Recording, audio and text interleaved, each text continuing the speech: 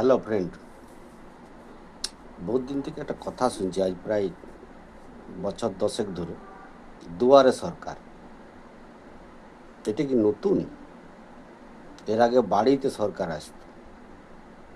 যাদের বয়স মোটামুটি 50-56 বছর বয়স, তারা কি ভুলে গেছে বাড়িতে সরকার আসতো? আগে আগে আমাদেরই যেমন সরকার এসেছিল, যখন রেশন কার্ড হয় বাড়িতে সরকারি লোক আসতো, বাড়িতে এসে নাম লিখে দিয়ে যেত, বাড়ি দেখতো, বাড়িতে সত্যিকারের লোকটা আছে কিনা, মানুষটা বাচ্চাটা আছে কিনা তাদের লিখতো।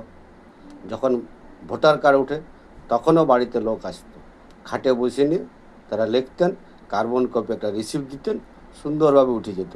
তখন তো বাড়িতে সরকার আসতো। এখন আবার দুয়ারে সরকার, একটা মেলা বসাই নিয়ে ভেগ করার কী আছে? এগুলো ভেকের কী আছে? কেন এত সরকারি কর্মচারীরা আমরা আমাদের ট্যাক্সের টাকায় পুষছি, তারা বাড়িতে বাড়িতে এসে করে যেতে পারে না? একদম বাস্তব চিত্র দেখতে পাবে প্রত্যেক বাড়ির। এত ভেগ করার কী আছে? এগুলো মেলা বসাই নিয়ে বিশেষ করে মানুষকে হয়রানি করার। আজ 10 বছর থেকে দেখছি দুয়ারে সরকার দুয়ারে সরকার। মানুষগুলো কি ভুলে গেছে যে আগে বাড়িতে সরকার আসতো?